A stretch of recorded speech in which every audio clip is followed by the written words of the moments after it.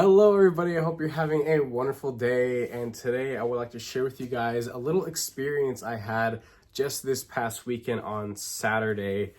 I got to go to a pretty cool gear shop. It's mainly gear for firearm and survivalist enthusiasts. And I feel like when it comes to my particular hobby with the knives, and that's why you guys watch my channel, knives just kind of are a part of survivalist gear, the tactical side, the utilitarian side, more so on the weapony kind of idea, or I guess implication there. But I went over there and the owner, pretty sweet dude, I know him through a brother-in-law of mine. They're cool buddies. I met him years back before he even started the company, and he started just by making target plates, gongs, silhouettes, targets to shoot at. Now he does body armor and all this type of like gear for firearm enthusiasts. And I have a lot of firearm enthusiasts within my family, but I never really went to that side. I just kind of stuck with this kind of crap. This is stuff that makes me happy, and maybe at some point I will end up getting into that, but that's, you know, for later. I'm having fun here, but I just wanted to give them a shout out. I don't know if they are actually gonna watch this, but if you guys do, thank you guys for having me over. It was pretty sweet. That was probably the first time I was ever able to actually speak in person about something that I am very passionate about, and just talking over through people in YouTube and other media platforms, it's different. It's a completely different experience. I am definitely a people person, but I was put on the spot a lot of times about what's this, what's that, why are you doing this like that, and I got to speak to a lot of different people. And to me, I probably spoke to maybe 20 people, and to me that's a lot of people to speak to in person. And I had an amazing time while doing it. It was pretty packed in the store every Saturday, well, damn near every Saturday. It seems like they're having crazy cool events. They do like their own little cars and coffee. They have rock crawlers, they have trucks, classic cars, like motorcycles, food trucks, other little vendors and stuff. They also, I believe, have a partnership or something going on with the Berna non-lethal, I guess, firearm or self-defense company. They always have like the cool demos and stuff going on there where you can shoot at targets. And I didn't participate in that because I was busy with my own nonsense, but eventually I do want to go and try out one of those. It seems like a pretty cool product for somebody who just wants something for genuine self-defense that's non-lethal. I think it's a pretty cool option. But he sent me away with some stickers after I hung out with them for a little bit. I left when I got really busy, and to me, I thought it was really busy, so I was like, you know what, it's getting kind of tight in here. I don't want to, bump into someone or something. So I didn't want to be in the way. So they sent me with some cool stickers. So this is one of them right here. Got two of those. That'll go on like one of my refrigerators in here, or some of my random nonsense. This right here, like the Bass Pro Shop. It's a cool little sticker. This is the kind of stuff that I would definitely want to do, to make my own little stickers. This right here, that's a pretty sweet sticker. And then like the skater logo with the screaming hand, 308. Pretty awesome little stickers. So here next to me, I have spread out some of the stuff that I brought along. And a lot of you guys who are longtime viewers of the channel know that the lineup and the collection of stuff that I've had has changed so much throughout the years. And a lot of what I have now, it's a pretty well-rounded mix of things that are, nice and shiny on the higher end, and then more utilitarian, budgety goodness, stuff that I think anybody could appreciate. Anything that's in my collection. I have some US custom stuff. I have some more specialty Chinese or overseas production stuff. But something that made me really happy while I was there in his shop. So I came in, he had me set up my sharpening system. If you guys know, I have a Wicked Edge sharpening system with a stone base. It's not the latest and greatest model, but I got it a couple years ago, and it was like the best freaking money I've ever spent, especially when having as many knives and being able to experience as many knives as I have in the past, having a quality sharpening system. No, this video is not sponsored by Wicked Edge. I think that would be sweet if they did, but not gonna happen. So I have the Wicked Edge. I love it. I have no need to look at any other knife sharpening company, because it's dummy proof. The Wicked Edge is genuinely a dummy proof knife, and that's why I got it, because it fits me. So he had me set up on one of his glass counters, and I was I knew I was gonna be in the way a little bit, but it's fine. I got to work on his personal carry knife. It was a Tanto edged Hogue / Sig Sauer collaborative piece. It was cool, access lock. The edge was just wacky looking. It served its purpose as a package opener, a box cutter, and things like that, which is, you know, we could all agree on for the most part that a lot of people just use their knives as glorified box cutters, right? That's what all my stuff does pretty much. I'll sit here in my garage like a fucking tweaker and just cut and cut and cut, you know, hundreds of feet of cardboard just for my own sake and edge retention knowledge and stuff like that, just so I can speak a little bit more confidently about what I'm actually sharing with you guys, and if I'm willing to speak good about it or not. But I went ahead and completely reprofiled his knife. He was very happy with it at the end of all of it. And as I was talking to some guys that came through, because I was standing over here by his glass case, and there was people coming in through the door over here, and people were seeing me do my thing. On working off of a Wicked Edge, it's quite a motion that you make that catches a good bit of attention, I'll say. And a lot of people are like, damn, I've never seen anything like that. I've never seen someone sharpen like that. I'm used to maybe like the whetstones or something a little different like that, or maybe like a pull through kind of system. And this is very different and very foreign to a lot of the people that I got to chat with that day. And so I was just talking, just running my mouth about this, that, and the other cool little properties about the system and the pieces that I have added to it, which aren't much, it's just specialty stones, just so I can, you know, achieve what I am looking to achieve when I do my whole sharpening process. Just reprofiling, that's something I do a lot because I love performance edges. I don't really care about the super shiny and flashy. It's a knife, it's supposed to cut first and foremost. Looks are definitely more on the secondary side. That's really just my opinion, right? It's not right or wrong, it's just an opinion. But a lot of people were just standing back and just watching me do my thing, and it was really cool. I didn't feel like I was on the spot or under any sort of, like, I guess, pressure. And I was doing my thing, and as I'm working on the tip, I slide down and I slice the crap out of my thumb, and I'm like, as I'm saying, yeah, I have like almost 7 years of experience on this same sharpening system. And then they're like, okay, that's cool, man. And then they walk and they turn away, and then I slide down and I slice the crap out of my thumb, and I'm standing there and I'm looking at the employee who was just like hanging back and watching me too on the other side of the counter. And I was just like, you got a piece of tape or something? And he busts open one of the little med kits. He gives me a Band-Aid, a little wipe, and it's not a big deal, right?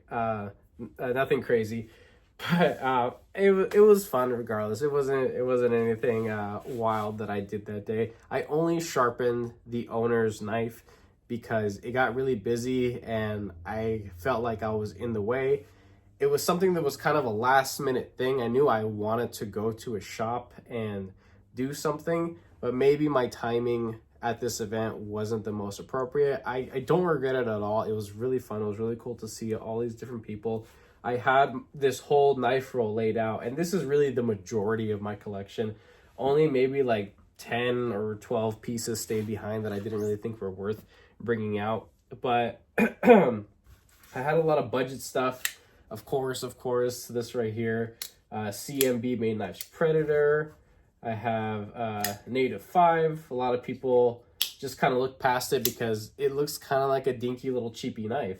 And realistically, a lot of people like metal. A lot of people like something that looks like it's like tough and really rugged. And I noticed a lot of the people that came up to me asking me how much it would cost to sharpen a certain knife, and they would pull out like this like beaten to hell, well used little whether it was a Kershaw or a Gerber or some sort of like random ass no name branded knife.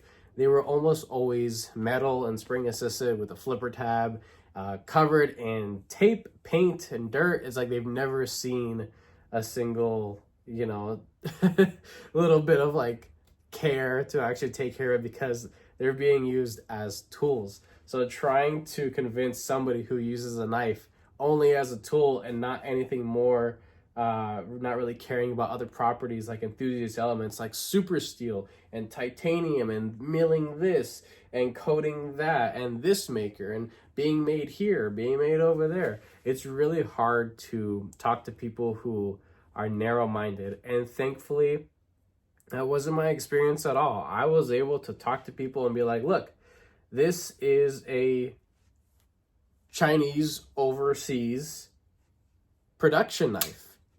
It's just under $100. It's a large freaking semi-hunting style knife, and it has a lot of visual attitude and a good bit of character to it. Awesome blade material. This is the Civivi Vexillum. This is a wacky knife in comparison to a lot of the stuff that I typically will seek out and purchase and collect. But I love this thing for what it is. And then I start talking about why does it feel the way that it does. This has washers. It comes standard with bearings. Well, what's the difference between the two? Well, let me show you. I have this right here. This is the Senka Glide Strike. Oh, well, with the two different brands, it's like, well, actually, I just brought so many people down this wild rabbit hole that is this incredible hobby. And I was talking about this one right here, the Glide Strike. I was like, look, this is what a knife on bearings does. It just immediately just goes down just with the weight of the knife, because that's how it is. Well, what's the difference between the two? Well, one is a little bit more sluggish, more hydraulic feeling. The washers, it keeps gunk out of the pivot for a longer period of time. So if you don't really care to do a lot of maintenance or TLC on your knives, then washers are definitely the way to go. I prefer them on select models. And then so we started talking about different brands and where certain companies have gone and what I think about Benchmade, what I think about Kershaw, and do I have any ZT knives? And it was really fun to talk to a lot of people that are really just standing at the entrance of what is a pretty cool hobby, with an incredible community to back it. And I just went through and started talking about all the different stuff. I had this whole knife roll laid out. This is hundreds and hundreds of dollars that I would not be able to afford to replace if somebody just snatch and grabbed. But the fact that everybody there was so kind and respectful, respected the pieces that I had laid out, and they were a foot and some change away from me, kind of off to the side. Whether some people passing by thought I was just an employee or that these were for sale, I don't know. But a couple people came by, you know, picked something up and was just like, huh, yeah, that's cool. Not knowing a single freaking thing about it. And they got to experience something that otherwise they would not have had, because realistically, about 90% of the stuff that I have here, most actual gun shops or even high-end gear and firearm stores won't have this kind of stuff, because they just rather sell the dinky little knockoff, no-name kind of stuff, because it's easy to make money off of it. And like I was mentioning before, a lot of people who are willing to spend a lot of money on gear and firearms don't typically spend anywhere near the same percentage of, you know, money when it comes to getting a knife.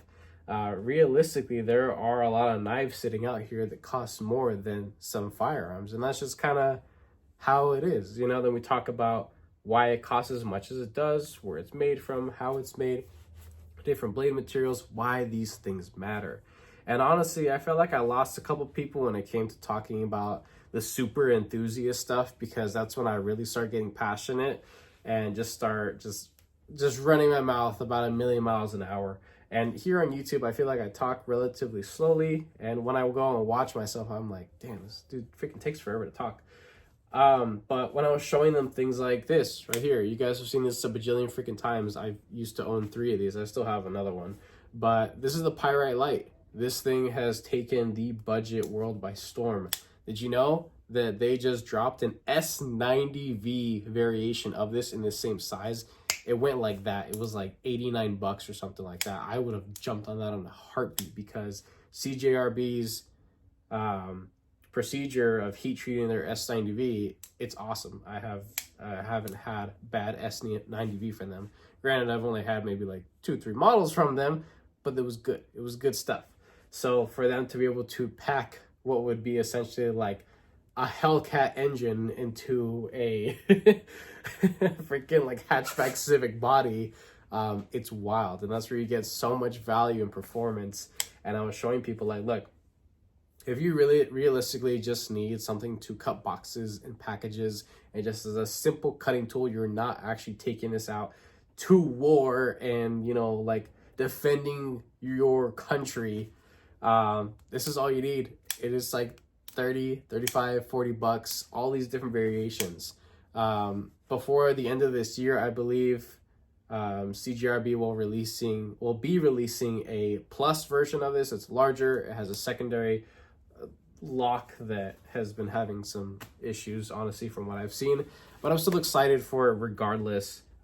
Different colors and flavors and variation, all that kind of cool stuff. But it was nice. You know, it was really nice to be able to talk to people and that don't know about this kind of stuff, but you could see the twinkle in their eyes almost when you tell them like, hey, knives cost more than $30. Knives cost more than $50. Did you know knives cost more than a couple $100? Did you know that not too long ago, there was an event called CCKS, California Custom Knife Show, where these knives are teetering more on the side of art versus a utility tool, and they cost more than the vehicle you came to this shop with. And you just like, gone, just gone. Their head off their shoulders and just gone. And it was wild. It was really cool being able to talk to people and actually feel like there's somebody that's genuinely interested in what I have to say. There were a lot of people that seemed quite interested in having my sharpening services. I did run into an individual who is a Benchmade fan. He was carrying 2 Benchmades with him. He had a beautiful full-size Crooked River with the wooden handles. I think that it only comes with wooden handles. Correct me if I'm wrong, but it was a cool knife. I've never been able to experience a full-size Crooked River, and it feels like a really cool, solid knife. Still Benchmade. It's still overpriced for what it is, but I can't deny that they have some of the best warranty in the game, and that's just kind of how it is. And I put this into his hands, my Sebenza 31 large by Chris Reeve. I talked about the blade material, and he said he may or may not have heard of it, but he was kind of in the know of this tier and potentially other stuff as well, and he was just like, shit, like this is a knife if I've ever held one before. And I told him, I said, realistically, this company makes tools. They don't make knives. They don't make pocket knives for the enthusiast. They make cutting tools to the highest caliber possible. And that's why they cost so freaking much. But realistically, if Chris Reeve were to make something more for the enthusiast, you all know they'd probably be more towards 1,000 and up price range. So I'm happy that they're doing what they are for what they are, and I'm happy to have that piece of my collection. We started talking about other stuff. This one sparked a lot of interest. This is a MSI, Microtech MSI.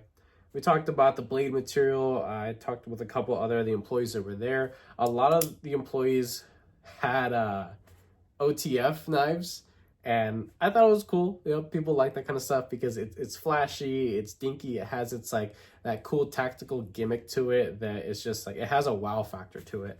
And it's very different than a lot of stuff that I had. So some of the guys came over and like checked out some of the stuff that I had. And they're like, I've never seen stuff like that before. But they recognize the little little talon, little freaking eagle logo there on the blade. And they were like, oh, I've never seen one with the scales, and what's this? Who made that? And then they thought it was steel. I was like, no, it's titanium. We started talking about the different stuff. And then I started showing them, like, look, titanium is freaking awesome. You can do cool stuff with the titanium. This is sea otter right here. It's had a good bit of work done to it.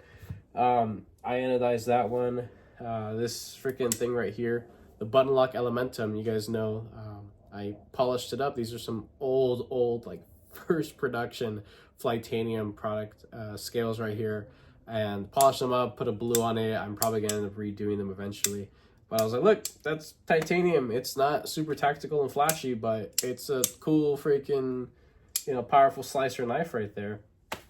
And so I just got to go and just be me and just talk about all this type of really cool things that, you know, you and I, part of the enthusiast side of the hobby, I already know this type of lingo. But I was throwing so much stuff out there and realizing, hey dude, you got to slow down a little bit, because some of the people don't really know about this kind of stuff. So let's kind of migrate over to the more affordable, budgety stuff. I start talking about G10 and impact resistant plastic.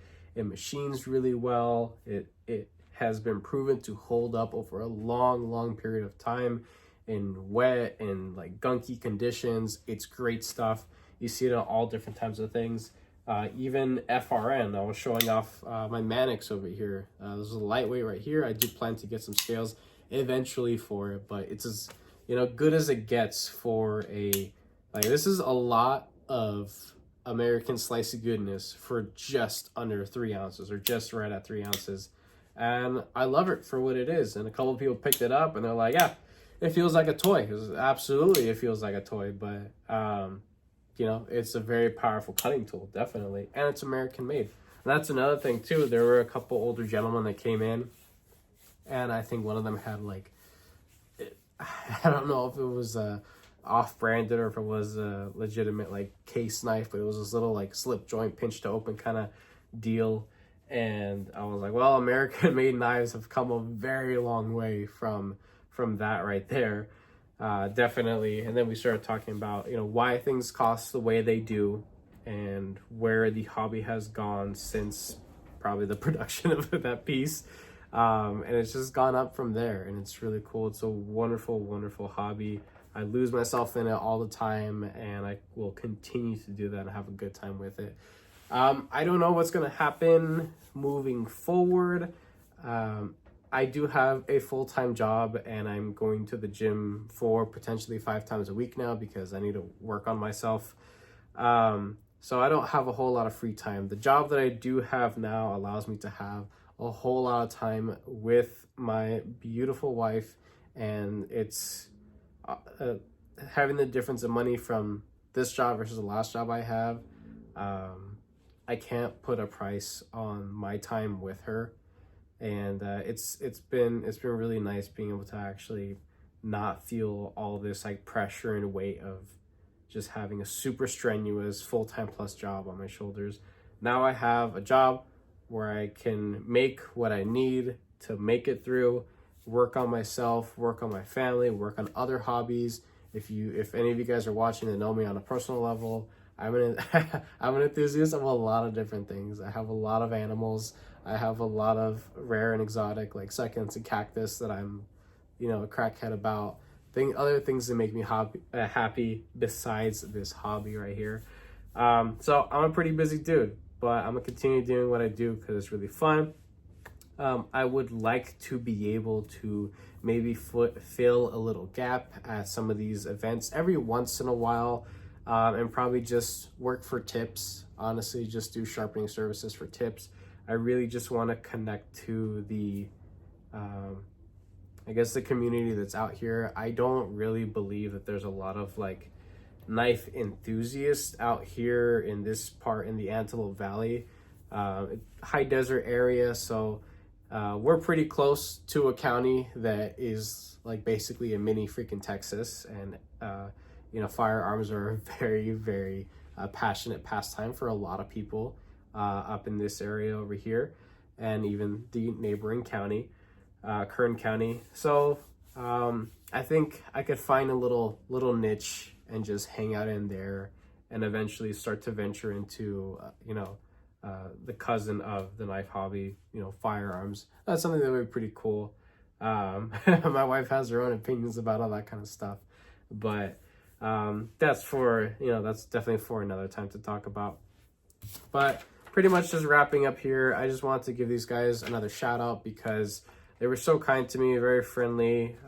They seem to have how they operate their business, 308 Industries. They seem to have everything running like clockwork. There are a lot of customers that I noticed that came in on a first name basis with majority of the staff there. And I'm like, holy shit, this isn't a store. This isn't a company. Like, this is a community.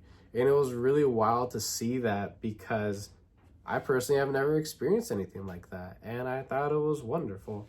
I have their address here. It's 40033 10th Street West C, Palmdale, California. You can't miss them. They're like straight through like the main strip of freaking Palmdale, basically. And they have this nice little corner spot location. Not a whole lot of action going on there. They bring the action for sure when they have their little events. They have food trucks, a lot of cool people. They do demos. They put out their plates and all other types of gear. There are other vendors that stop by. There are people that do like custom stuff for firearms, like car detailing people, other little things like that. It's just kind of like, I don't want to sound cliche, but it's like guy stuff, just like fun, cool, throw all your fucking money and just dig your financial grave kind of guy fun stuff. And it's cool. It's very family oriented, I will say. I did notice that there were a lot of young individuals there, and even there were a lot of young kids that came through. And honestly, if I was at any other store and I had this stuff laid out, I'd be like, hell freaking no, this little kid is going to come snatch a knife and cut themselves, and I'm going to be to blame. But realistically, this is just my opinion. The people who have these types of hobbies instill respect and keeping your freaking hands to yourself at a very young age. And I was very happy to see that a lot of the younger crowd and even the little kids were very well behaved when faced with a lot of cool, shiny, random freaking knives that are colored kind of like toys. So it was fun. I had a good time. It'd be pretty sweet to work out some sort of deal when he ever has a little bit of space and I have a little bit of time that we make it work. I could set up and just work for tips or something like that. If anybody comes by with an actual like, hey, I have a butt ton of knives that have been absolutely abused. Is there something we can do? Then we'll work something out later. But I think I need to connect more with my own community out here, definitely in person. I had a good time doing it. I'm obviously a chatterbox. I can do this all freaking day and lose my voice and still keep trying to run my freaking mouth. But that's pretty much it. So if you guys are local or nearby the Antelope Valley or the Palmdale area, go check these guys out. Very community based. Their customer service is unlike anything I've ever seen. The way that they talk to their employees amongst themselves and to their customers, it's like family. It's kind of odd because I've never seen that before, and I think it's absolutely beautiful.